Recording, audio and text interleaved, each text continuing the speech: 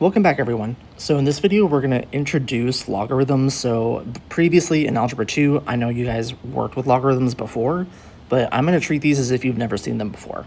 So just to kind of start off, we're looking at inverse operations, how you would solve for a single variable in a single variable equation. So we know that if you were to do addition, you want to be able to do the inverse operation in order to isolate your variable.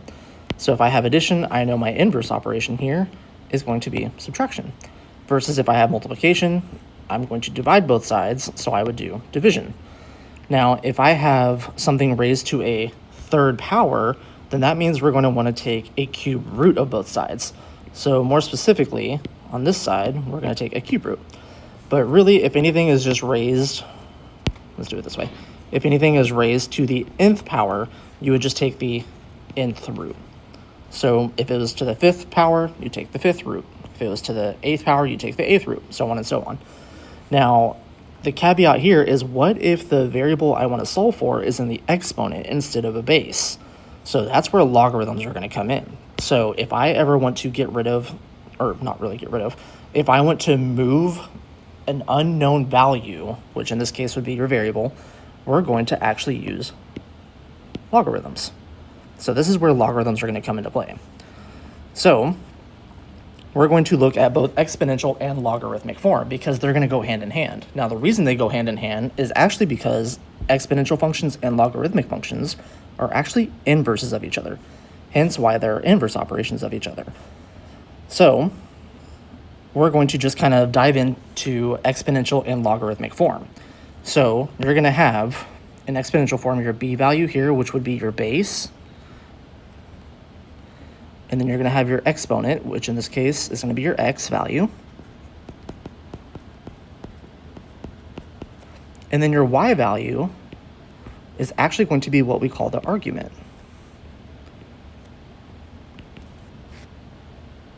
Okay, so same idea over here when we get to logarithmic form. So we're going to have the base of b. You're going to have the output, which corresponds to your exponent in exponential form. And then your argument, which is your y value. So we're going to go back and forth. And then we also have any restrictions that we potentially have. So with your base values, so your bases have to be positive and it cannot be equal to 1. And then another idea is with your argument and your output, that must be positive. And then with your exponent, with what we're solving for, there's not really any restrictions that we're going to worry about, so that one's going to have a lot more flexibility. So with the types of logarithms, which we kind of have over here, we're going to pay attention to the base. So let me get rid of this so we can work with it. So for example, if my b value is a number, say 10, we're going to refer to this as a common log. Whereas if your base of your logarithm is a base of e, we're going to refer to this as what we call a natural log. So that's what this over here in purple is saying. And then we're going to write your logs a specific way. So if it's a common log, you're going to write log, and then with any base if we have it other than 10, and then with whatever argument we have. Whereas if we have a natural log, it's known that your base here is going to be a base of e. In a natural log, we write as ln, and then with whatever argument here. So in a natural log, we're not going to write the base because we know that it's going to be a base of e. Okay, so now down here, what we're going to do first, just to kind of start off, step one, we got some training wheels. We're riding our little bicycle with training wheels. We're wrapped in bubble wrap. We got a helmet on. We got some knee pads on, elbow pads. We're starting off from bare basics. So what we're going to first do is we're going to convert from exponential form to logarithmic form, and then from logarithmic form to exponential form. So what I like to call this is the circle of life. So hopefully you've seen Lion King. If not, go watch it. That's your homework. Go watch Lion King. So for circle of life, what's going to happen if I want to go from exponential form to logarithmic form, you're going to start with the base of your exponential equation over here, and then we're going to circle over to the output, and then from the output, we're going to circle back to your exponent. So that's why I call it circle of life, because we're just kind of going all the way around. So we're going to start with log and then we're going to have a base of 3, and then that's going to be the argument of 9, and then it's going to equal whatever the exponent is, which in this case is 2. So this would be your logarithmic form. So some people write the argument in parentheses, which is okay. You don't have to if it's a singular term, but if it's more than one term, you are going to be required to write it with parentheses. So just keep that in mind. But if it's a singular term, I don't stress the parentheses as much. So over here, now I'm going to do circle of life again. So from the 10, we're going to go over to the y, and then from the y, we're going to circle back over here to the x. So this would be log base 10 of y is equal to x. Now with a common log, if your base is a 10, we don't have to write that 10. So this would just be log of y equals x. So if I were to write log base 10 of y, it's the same as just writing log of y. Now the idea of this is it's like writing 1x. We don't have to write the 1, we just write x. Same idea if I have x raised to the first power. We don't write that 1, we just write x. So it's the same idea whenever you have a log with a base of 10. We don't write the 10, we just write log. You only will have to write the base of a logarithm if it's something other than 10 in a common log. So with that, now we're going to look over at 17. So circle of life, so r going over to w, w coming back over to the t. So we're going to have log base r of w equals t. Now another small little note, make sure your base value over here is written as a subscript. It needs to be written small. Because if you write log base r of w equals t, that looks like I'm multiplying r and w. So we need to be able to distinguish the base from the argument. So you have to make sure you're writing your base value kind of small and as a subscript. Okay, and then over here, so once again, circle of life. Whoops, that's actually the mistake I was about to make. So we're going to start with the log base, and we want to end with the exponent. So in this case, I'm actually going to start on the right side, circle over to the left side, and then come back over here. So I'm going to have log base e of y equals 3x. Now, because I have a base of e, that tells me I'm going to actually write it as a natural log. So this would be natural log of y equals 3x. So now we're going to go the other way. Now I'm going to go from logarithmic form to exponential form. So I'm still going to do circle of life, but we're going to just kind of rewrite it in a different way. So you're going to start with your log base, and then you're going to circle over to your output, and then circle back to your argument. So this would be rewritten as 7 raised to the second power equals x. So of course in this case, this would just be 49, but we're not going to have to solve in this case. We're just rewriting. So over here, now I have the log written on the right side. So I'm going to do base 3, circle over to the x, and then back over to the argument. So this would be 3 raised to the x equals y. And if you're anyone like me, I like to switch it, so y equals 3 raised to the x. Okay, so I would say you guys try 21, 22. So if I don't have a base written right here, you're going to assume it's a base of 10. So when I do circle of life, 10 raised to the second is going to equal y. So we're going to have 10 raised to the second equals y. So of course I'm going to flip it. So y equals 10 squared. That would be my equation, but of course if I were to rewrite it, that would be y equals 100. And then with a natural log over here, remember we have a base of e. So when I do circle of life, so over to the 4, back to the argument, so this would be e raised to the 4th equals c. So that's just converting back and forth. So now, with that logic, we're going to look at actually evaluating these logarithmic expressions without a calculator. So you really need to know your exponential values. So over here, so I want to evaluate log base 2 of 8. Now, I know this is going to be equal to some unknown value, which I'm just going to say x. You could use, hypothetically, any letter, any variable value, doesn't really matter. So when you get here, I'm going to do circle of life. So 2 raised to the x will equal 8. So 2 raised to the x is going to equal 8. And then the key here is I need these values to have the same base, and then I'm going to set the exponents equal. So I can rewrite 8 with a base of 2. So this would be 2 to the first, which is just 2, 2 to the second power, which is just 4, and then 2 to the third power, which is 8, and then so on and so on. So like 2 to the fourth, which would be 16, and then 32, 64, 128, so on and so on and so on.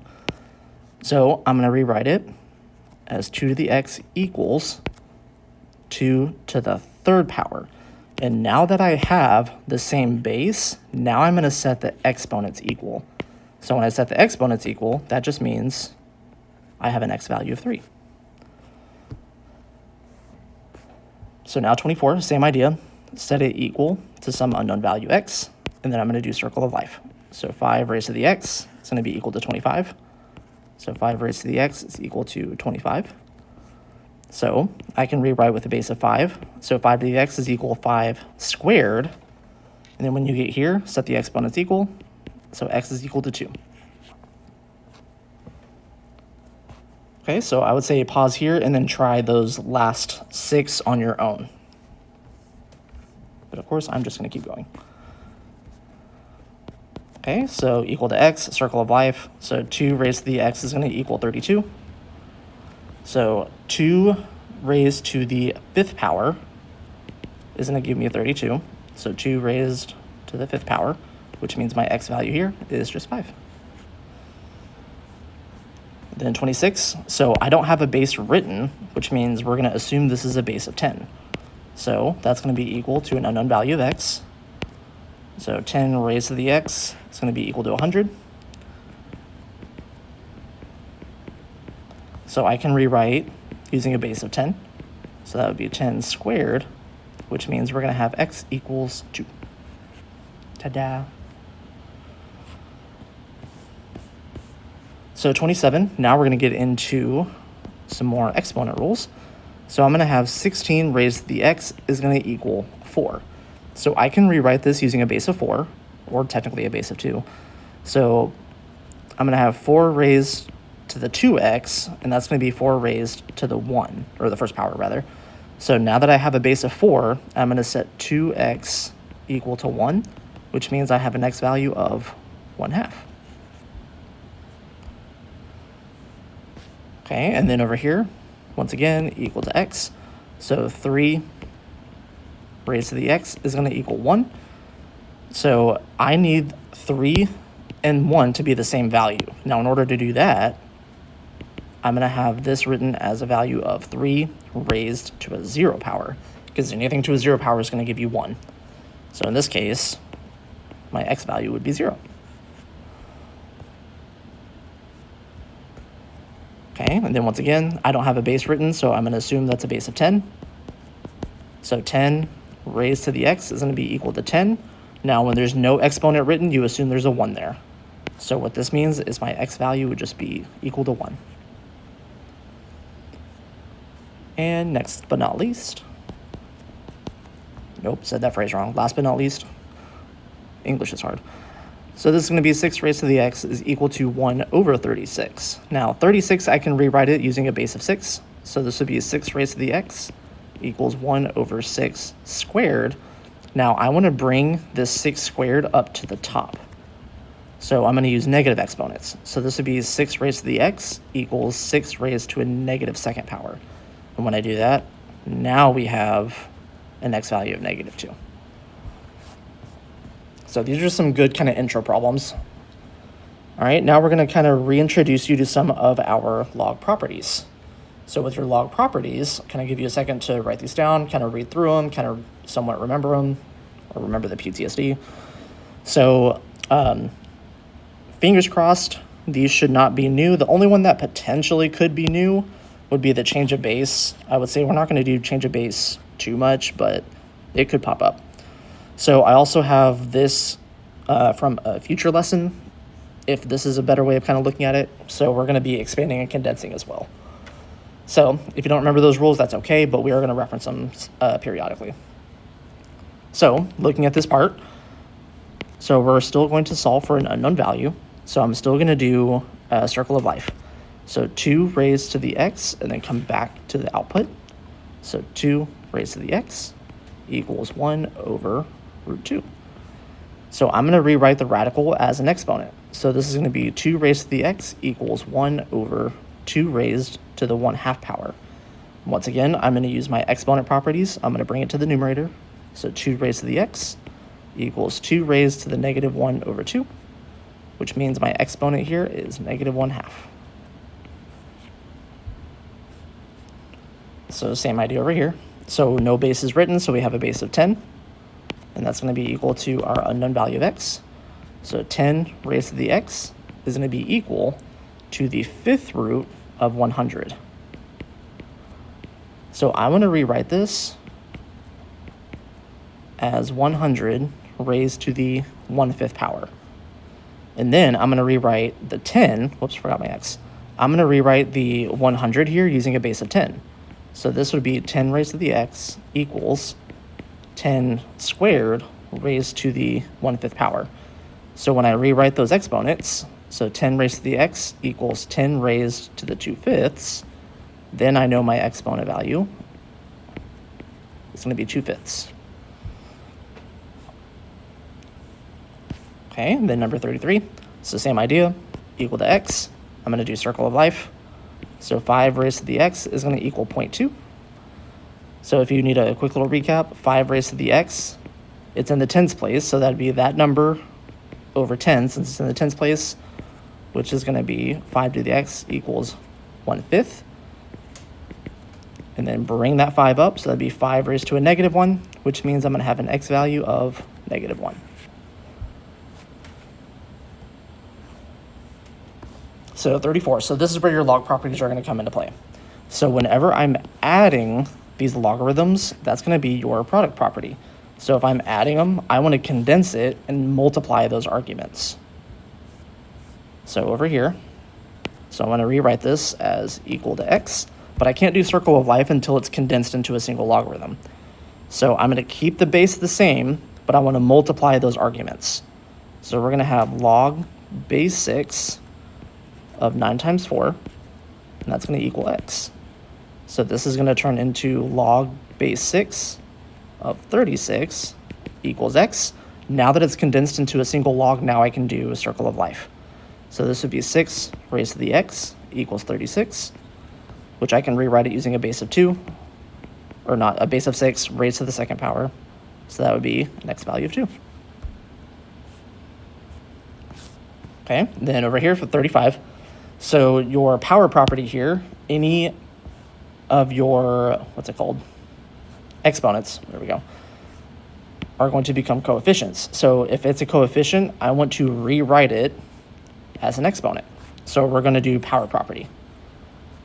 So over here, this is going to turn into log base 7 of 2 squared minus log base 7 of 196.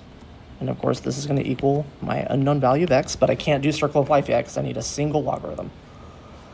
So this is going to turn into log base 7 of 4 minus log base 7 of 196, and that's going to equal x.